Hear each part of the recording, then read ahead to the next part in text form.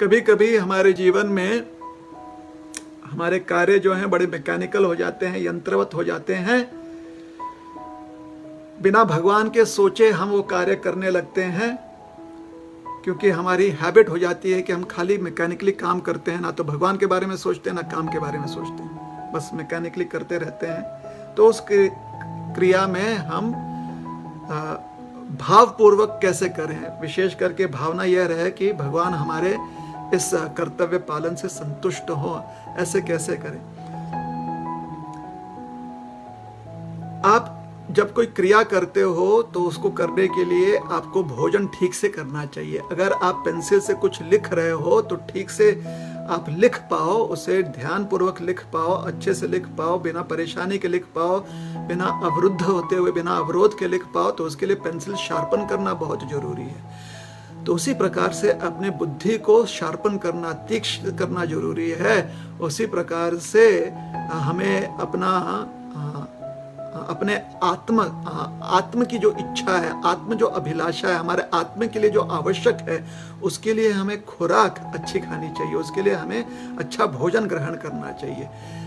अर्थात नाम जप ध्यान पूर्वक कीजिए। जितना आप नाम जप अपना ध्यान से करने लगेंगे, ध्यान का अर्थ है पहले आप उसे ध्यान से सुनिए, श्रवण कीजिए। नाम उच्चारण करते हुए प्रत्येक नाम को आप श्रवण कर रहे हो, तब भावनाएं आएंगी। भावनाएं क्या उत्पन्न होंगी?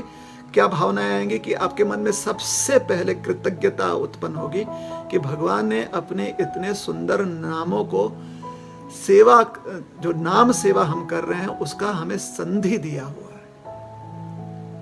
फिर भावना उत्पन्न होती है, क्योंकि कृतज्ञ हैं हम। अब आप, जो व्यक्ति ग्रेटफुल होता है वो कुछ ना कुछ लौटाना चाहता है, तब आप सेवा करना चाहते हो। उस समय जब आप अपना कर्तव्य पालन करोगे या अन्य कोई सेवा करोगे, क्योंकि मन में आपकी कृतज्ञता है, तो भावनाएं रहेंगी सेवा करते समय, कर्तव्य पालन करते समय। जब आप कह रहे हो कि आप मैकेनिकल कर रहे हो, तो वहां पर मन की कृतज्ञता सुप्त हो गई है।